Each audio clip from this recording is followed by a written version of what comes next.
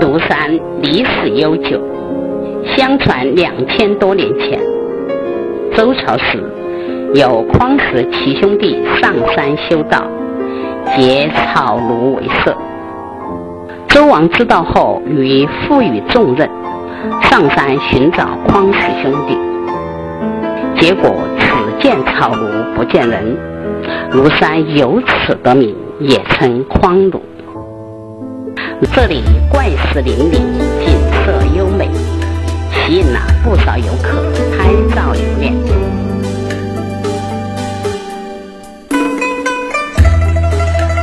陡峭的山路挡不住游人攀野揽胜的脚步。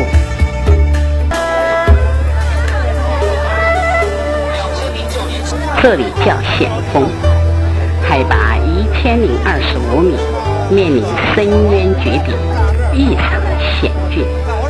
人们纷纷在险峰拍照留影。眺望群山，风光迷人，真是无限风光在险峰。云雾渺渺的山下就是新石县，是陶渊明的桃花源故地。韩坡口是韩坡亭和汉阳峰之间形成的一个巨大活口。闲远山吞鄱阳，大有一口吸尽鄱阳湖水的架势。前面就是庐山第一高峰汉阳峰，海拔1474米。汉阳峰山巅上有玉王台，相传为大禹治水登临处。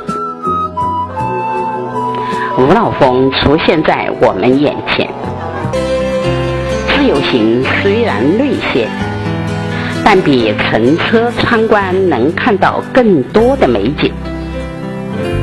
这是我们在路上拍到的庐山云海，真是美极了。经过2小时的步行，我们到达五老峰山门前。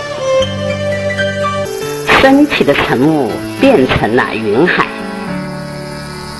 庐山最高的汉阳峰正逐渐被云海所笼罩。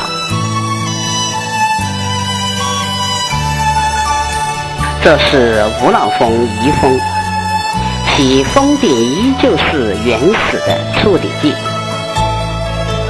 真正有五老峰是从第2峰开始的，2峰一叫狮子峰，这里海拔1315米。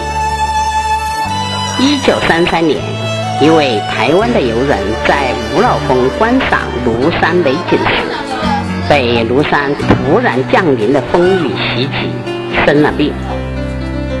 后来他就在此盖了座挡雨的亭子，取名戴晴亭，同时还筑起了观云台，让人们尽情无忧地观赏庐山云海。在2峰观赏云海是那么迷人。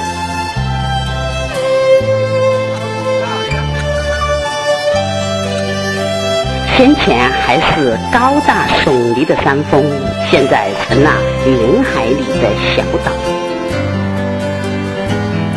这就是庐山最高峰汉阳峰，完全成了云海中的孤岛。庐山气候多变，刚才还是晴空万里，突然就云遮雾罩。2002年7月17日，五老峰发生雷电伤人事故，造成4人死亡，10余人受伤。因此，雷雨天气登山要小心避雷。离开2峰，我们继续前行。在往3峰的途中，出现一个山洞，这就是五老峰最大的山洞——五老洞。为老人变成五老峰前经常聚会的地方。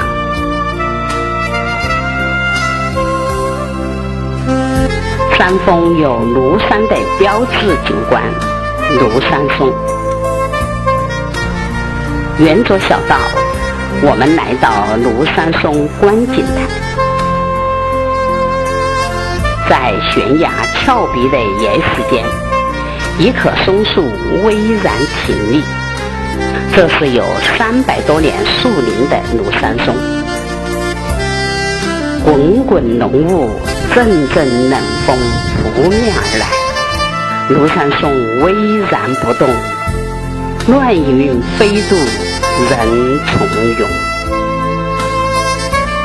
踏着陡峭的山路前行，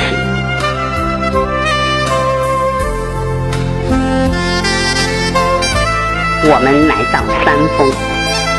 山峰是五老峰中最险峻的山峰。我们沿着山脊往前走，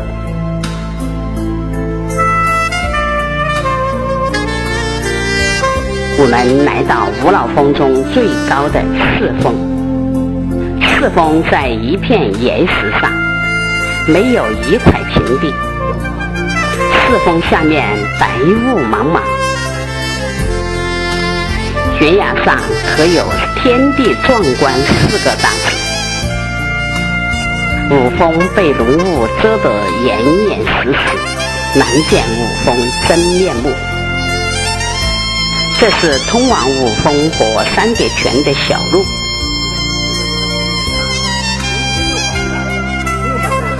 正当我们准备离开时，奇迹出现了。只见浓雾逐渐消散，五峰露出了它雄伟的真面目。五峰的南胜亭历历在目，缥缈浩瀚的鄱阳湖浮现在我们面前。